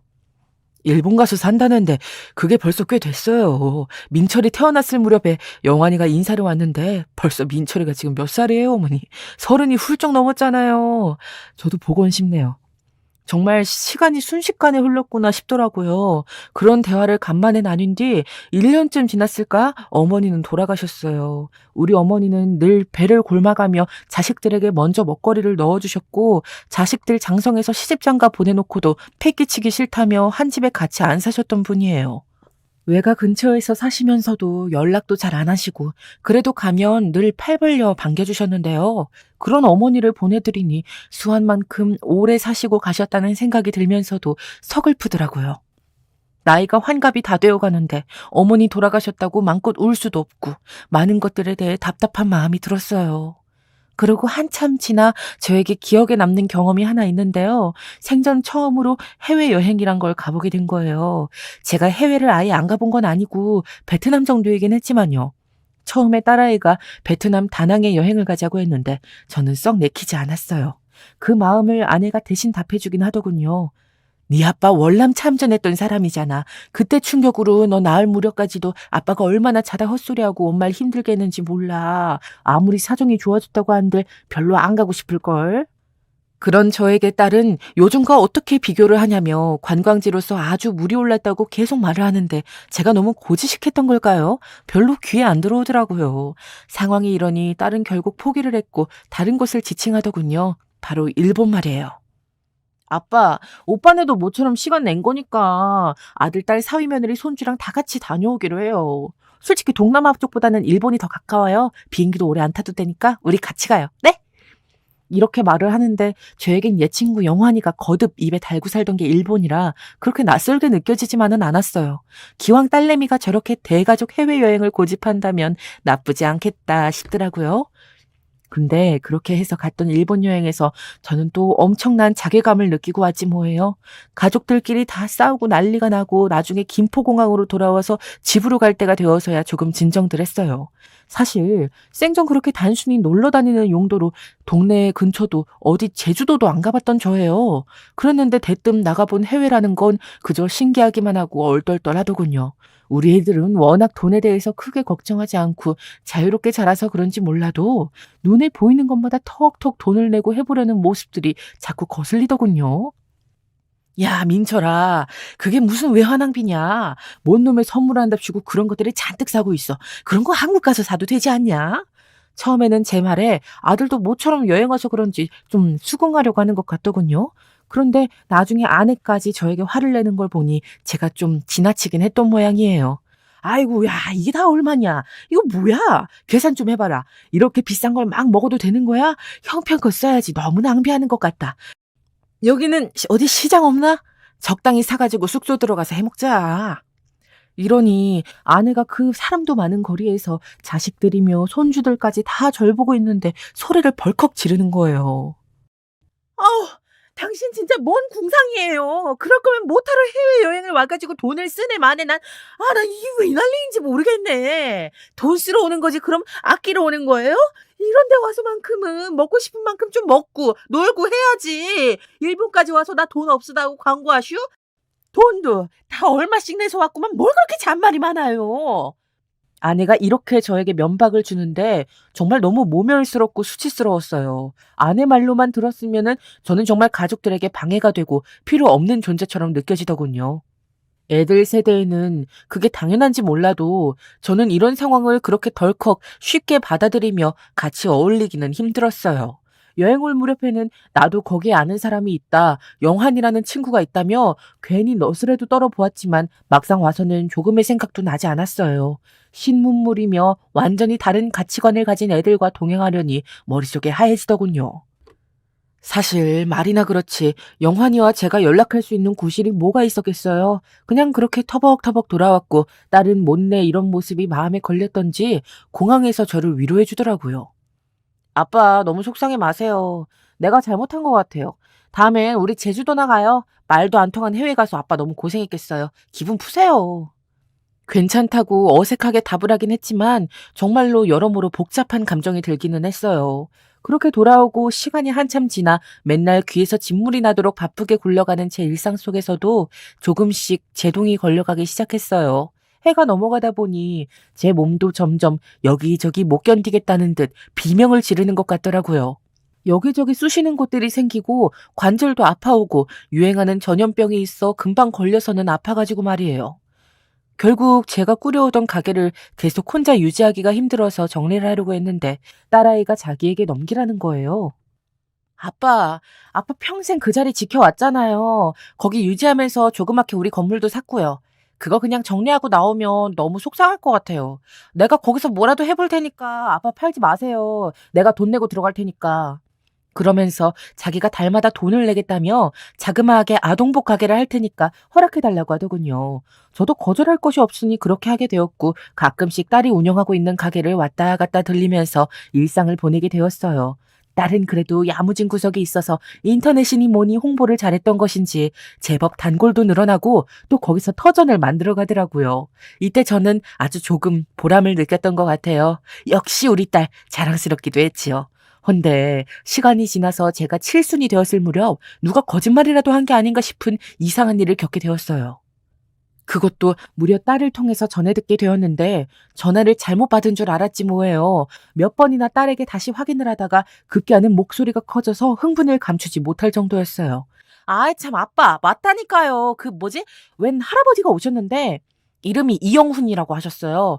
아빠 아주 옛날 친구. 옛날 거기서 살 때 친구라고 말이에요. 내 또래 그 어떤 남자분이랑 같이 오셨는데 아드님 같기도 하더라고요. 내가 지금 전화번호 보내드릴게요. 기다려보세요. 글쎄 제 자리를 이어 계속 같은 곳에서 가게를 이어오고 있던 딸애에게 손님이 왔다는 거예요. 바로 아버지인 저를 가리켜 김명식이라는 사람을 모르냐고 물었다더군요. 이미 달라진 환경들을 보며 특별히 기대도 하지 못한 채로 물었던 모양인데 딸애가 우리 아버지라고 말을 하니까 엄청나게 놀랐다는 거예요. 좌우지간 저는 연락처를 받고 믿을 수가 없어서 한참을 들여다보다가 숨을 들이쉬고 하나하나 조심스럽게 번호를 눌러가며 전화를 걸었어요. 그랬더니 아들인가 싶은 청년이 전화를 받더라고요. 안녕하세요. 예, 저는 막내 아들입니다.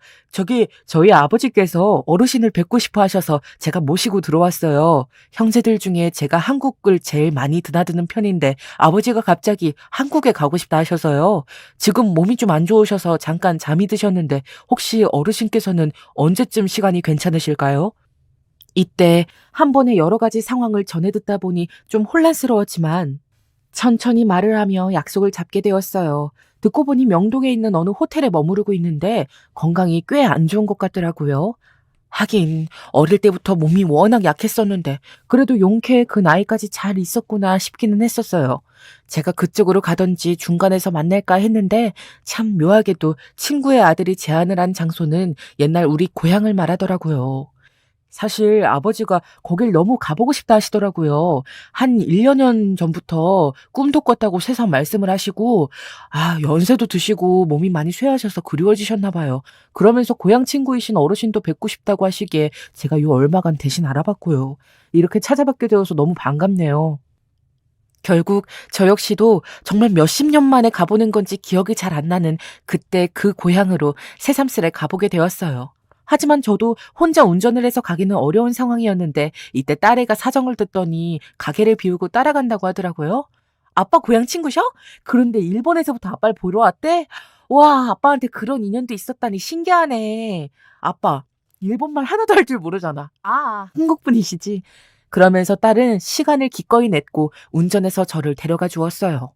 약속한 어느 식당에서 얼굴을 보기로 했는데 문을 열고 새카만 안경을 쓰고 약간 다리를 절듯 들어오는 누군가를 봤어요. 그 뒤로 따라오는 키가 큰 청년이 하나 있었고 앉아있는 우리를 보고 주변을 보더니 그제서 인사를 하며 오더군요.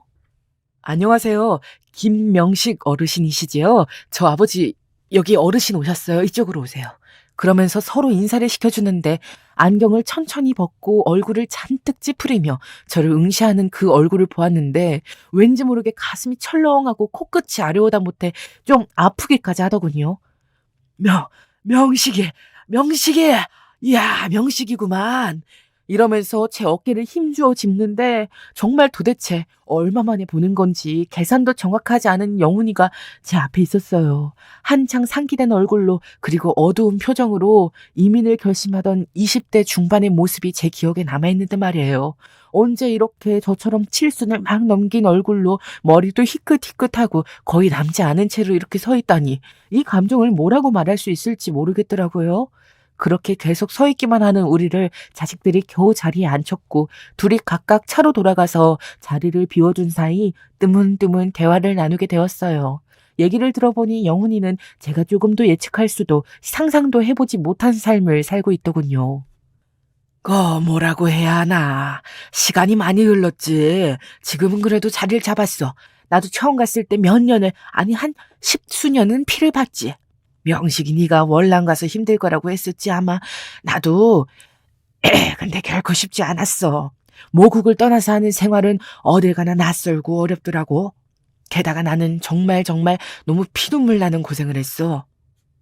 이때 떠듬떠듬 주름이 자그란 입으로 말을 하는 영훈이를 보니 문득 영훈이 눈에도 내가 그리 보일까 어떻게 보여질까 싶기도 하더군요.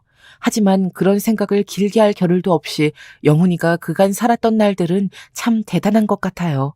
70년대에 일본으로 건너가서 아버지와 함께 일을 했고 일본어도 힘들게 배우고 자식들까지 정착시키는데 여간 고생을 한 게 아니라네요. 거기서 한식당을 하고 있었던 아버지를 도와가며 언어도 못하는 자기가 할 수 있는 건 요리밖에 없었다고 해요. 그러다가 점점 자리를 옮겨가며 돈을 벌었고 나중에는 제법 한인 사회에서 결코 적지 않은 성공을 이루었던 거예요. 이렇게만 말하고 보면 또 모르겠지만 정말 서럽고 어려운 생활을 했어. 한국인이라고 차별받고 대놓고 얻어맞기도 하고 은근히 비난도 많이 받고 거기서 악착같이 일을 악물었지. 한국에 돌아가도 답이 없으니까 우리 애들도 한국인이라고 얼마나 괴롭힘을 많이 당했나 몰라. 남들은 그런 것들을 피해서 해방 직전에 나왔는데 난 그러고 20년 더 지나 굳이 제 발로 또 갔으니 참 이상한 거지. 그래도 그런 시간을 보내어서 그런지 자식들은 영훈이의 뒤를 이어서 점점 번성하고 있는 것 같았어요. 그간의 고생을 말할 때 무척 비장하고 비통스러운 표정이 지나가긴 하더군요. 그건 그것대로 무거웠어요. 하지만 한편으로는 그래도 자기 자식들에게 불을 물려주었다고 하니 대단하게 느껴지기도 하더군요. 사실 이번이 처음 들어온 건 아니고 80년대 후반 언제였냐. 그때도 한번 잠깐 들어왔었어. 얼핏 이 자리를 기억하고 있었으니까 그때도 명식이 너를 보러 왔었지. 근데 그때가 무슨 날인지 모르겠는데 네가 가게 문을 닫았더라고. 그러니 뭐야 그때 이후로 한참이 지나서 나는 들어온 거야. 다시 올 때까지 시간이 이렇게나 걸릴 줄은 몰랐지. 정말 몰랐지. 그렇게 멍하니 생각을 하고 있는데 갑자기 웬 생뚱맞은 이야기를 대뜸 꺼내는 거예요. 몸이 아프다더니 머리도 아픈 건가 싶을 정도로 말입니다. 저기 이 부근에 조그마한 냇가가 있지 않았나? 아유 너무 기억이 가물가물한데 지금 가지는 보기 힘들겠지? 그래서 저도 당황스러운 나머지 얼른 대답을 하게 되었어요. 아니 뭔 놈의 가재는 가재야. 이 날씨에 무슨 가재가 있어. 말도 안 되는 얘기를. 쓸데없는 소리를 한다 싶어 쓱 쳐다봤는데 어째 이상할 정도로 계속 그놈의 가재를 고집하는 거예요. 밖은 녹은 눈이며 얼음이 지저분하게 엉켜있는 상황이었는데 말이에요. 계속 얘기를 해대는 통에 거참 왜 이러나 하면서도 일단 그 냇가 부근 쪽으로 차를 옮겨가게 되었어요. 거동도 저보다 훨씬 불편해 보였고 다리도 절고 있는 와중에 편하지도 않아 보이는데 그 추운 날씨에 묘하게 쌩떼를 쓰더라고요. 그냥 둘이 멍청이 서서 당연히 가재는 구경도 못한 채 그렇게 넓고 비스듬하게 이어진 냇길을 보며 서 있었어요. 둘 다 휑해진 머리 위로 우리 귀 뒤쪽으로 찬바람이 쌩쌩 불어대는데 추워서 그런지 눈도 시리고 콧물도 줄줄 나오려고 하는데 옆을 보니 이 친구 역시 눈이 시렸는지 안경을 겨우 벗어내더군요. 그런데 그 까만 안경을 벗은 눈을 밝은 데서 보니 나이를 먹어서 그런가 안 그래도 작았던 눈이 엄청 작아진 거예요. 피부도 처져서 그런지 더 불편하게 뜨고 있는 것 같더군요. 그러는 사이 눈가에서 눈물이 줄줄 흘러내리는 걸 보니 내 참 추워 죽겠는데도 왠지 그 자리를 뜨면 안 될 것 같은 거예요. 아니 왜 우냐? 너 우는 거야? 라고 묻는데도 대답도 안 하고 계속 그 주변만 고개를 설레설레 움직이면서 응시하더라고요. 괜시리 저도 그냥 착잡해지기도 하고 그렇다고 서 있기도 너무 춥고 발이 시려워서 그저 옆에 있는 바위에 걸터 앉았어요. 그렇게 주변이나 발밑을 쭉 응시해가면서 시선이 왔다 갔다 하는 친구를 보니 우리 둘이 70의 나이를 넘겨 이 땅에 이렇게 나란히 서 있는 게 참 희한하게 느껴지더군요. 그 당시 봤던 가재는 당연히 암만 눈을 씻고 봐도 구경할 수 없었고 좀처럼 상상도 할 수 없는 존재이긴 했어요. 그럼에도 불구하고 둘 다 쭈글쭈글하고 지친 피부 거죽을 하고 거기에 나란히 서 있으려니 얼핏 어린 날 봤던 풍경이 아주 잠깐 눈가에 집혔다가 다시 도망가는 것 같기도 하고 저까지 오락가락하더군요. 그러는 사이 계속해서 찬바람이 스며들기에 도저히 안 되겠어서 한마디를 했어요. 야, 너무 춥다. 안 되겠다. 가자. 안 따라와도 별 수 없다고 생각을 할 정도의 추위였는데 그래서 그런지 몰라도 눈을 찌푸리며 다시 안경을 쓰더니 따라오더군요. 딱히 어디 갈 곳도 없고 근처에 닭백숙집 같은 곳이 있기에 그리로 데려갔어요. 그러자 그때 떠듬떠듬 말을 하더라고요. 나 입맛이 없어서 아니 식사를 워낙 요즘 잘 못하기도 해. 몸이 많이 안 좋거든. 뭐 얼마나 안 좋기에 그러나 해서 일단은 국물을 떠서 앞에 놔줬는데 제 것을 다시 따르는 사이 친구가 하는 말에 너무 놀라서 국물을 살짝 쏟아버렸지 뭡니까. 지금 생각해도 마음이 저릿합니다. 얼마 안 남았더라고. 사실 살 만큼 살았지. 지겨워 이제 인생이. 안 그러냐 너는? 알고 보니 나이가 들어서 힘든 정도가 아니라 대장암을 앓고 있다고 하는 거예요. 이미 알게 된 지 좀 되었고 할 수 있는 것은 다 했다고 하더군요. 한국 오는 것도 쉽지 않았어. 많이 각오를 하고 온 거야. 그래서 저도 그럼 왜 온 거냐고 묻게 되었어요. 어찌 보면 당연히 모국이 그리워서 그랬었겠지만요. 왜? 다들 뭐 갈 때 되면 옛날 살던 데 가고 싶다고 하잖아. 그건 다들 비슷한가 봐. 옛날 어른들이 그런 말을 하면 우습지도 않게 들었는데 말이야. 그냥 와서 눈으로 보고 싶고 공기나 냄새나 뭐라도 좀 만져보고 싶어서 온 거야. 이런 얘기를 하는 동안 친구 표정이 무척이나 무겁고 어두워 보이더라고요. 원래도 밝은 인상은 아니었는데 그래도 제 눈에 보기에는 꽤 많은 부와 여유를 누린 것 같았는데 말이에요. 그것도 좋지. 처음에 점점 올라가는 게 보였을 때 얼마나 쾌감을 느꼈는지 몰라. 그게 나를 무시하던 사람들과 같은 계단에 섰을 때, 그리고 그들보다 위로 올라갈 때 그들이 까마득하게 안 보이기 시작하면 된 줄 알았어. 근데 올라가니까 또 모르는 세계가 있더라고. 이때 친구가 말을 하다가 몇 번이나 기침을 하면서 목소리를 가다듬느라고 제대로 얘기를 잊질 못했지만 대충의 내용을 종합하면 그렇더라고요. 너무 바쁜 나머지 아들과 딸 그리고 이후로 딸을 또 낳고 막내 아들을 낳을 때까지 정작 애들이며 부인과 부대끼며 보낸 시간이 너무 없었다나요. 그쯤 되면 다들 자기를 당연히 잘 돌봐주고 이해해줄 줄 알았는데 아니었다는 거예요. 마누라는 이혼했어. 진즉 한국으로 가버렸지. 애 넷을 낳아놓고 갈 줄 누가 알았겠어. 그렇게 돈을 줘가면서 잡는 데도 있잖아. 진짜 달려들어 죽일 기세로 말을 하더니만 자기를 놔주기만 하라고 말이야. 결국 친구가 80년도 후반대에도 잠깐 들어왔다고 말했던 건 이혼한 부인을 찾아보겠다고 잠깐 왔었던 거였나 봐요. 그 뒤로 혼자 애들 넷을 키웠지만 재혼도 하지 않았고 그래도 경제적으로 점점 윤택해지고 있었기에 애들은 부족함 없이 키웠다고 하더군요. 단지 아버지로서의 교감 같은 걸 아이들과 나누질 못했대요. 그나마 막내 녀석이 자식 노릇을 할 뿐이야. 다른 놈들은 제아비가 암에 걸렸다는데도 콧방귀도 안 끼더라고. 그냥 돈만 가져가면 그만인 거야. 이제 좀 애들이랑 뭘 해보려고 해도 아무도 오지 않는데 정말 의미가 없더라고. 얘기를 듣고 있는데 저는 이 친구와 형편이 전혀 다름에도 불구하고 왜 어중간하게 이 마음을 알 것 같았던 걸까요? 물론 우리 애들이 그만큼은 아니지만 그냥 저도 가족 어딘가에서 허한 부분을 느꼈기 때문일 거예요. 가족들 잘못이라기보단 그냥 서로 시간이 너무 어긋났던 거라고 생각하고 싶어요. 그리고 세월이 이렇게 훌쩍 흘러가 버린 것에 대한 아주 거대하고 갑작스러운 체감, 이런 것들이 저를 더 당황스럽게 했는지도 모르겠어요. 평소에는 크게 체감하지 않고 있었는데 이날 친구 따라서 같이 이 동네에 와보니 저까지 참 이상한 기분이 들더라고요. 결국 그렇게 어줍지 않은 대화를 하며 말이 몇 번이나 멈췄다가 조금도 나아지는 분위기를 보이지 못한 채 우리의 만남은 끝을 맺게 되었어요.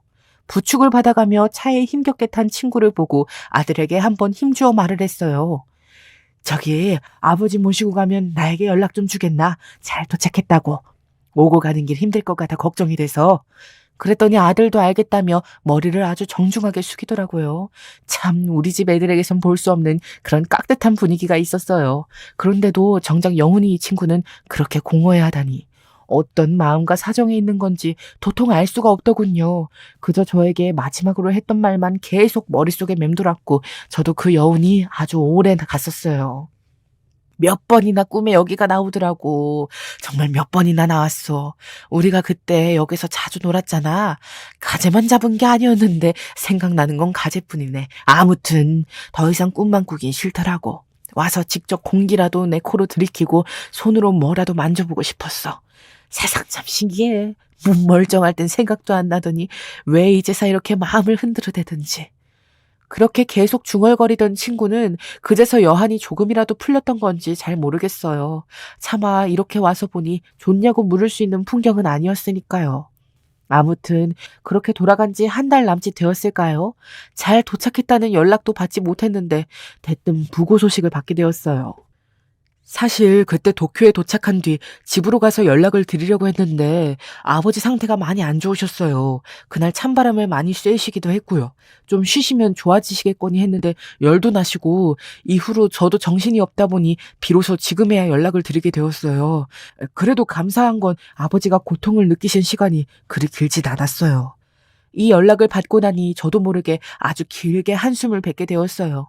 사실 너무 오랜만에 만난 친구고 그날의 만남도 너무 갑작스럽고 짧았고 하다 보니 솔직히 많이 슬프달까 눈물이 난달까 하는 감정은 일지 않았어요. 하지만 제 주변에 영훈이 말고도 비슷한 또래들이 이미 많이 세상을 등졌음에도 이때만은 유독 많은 생각들이 교차되더군요.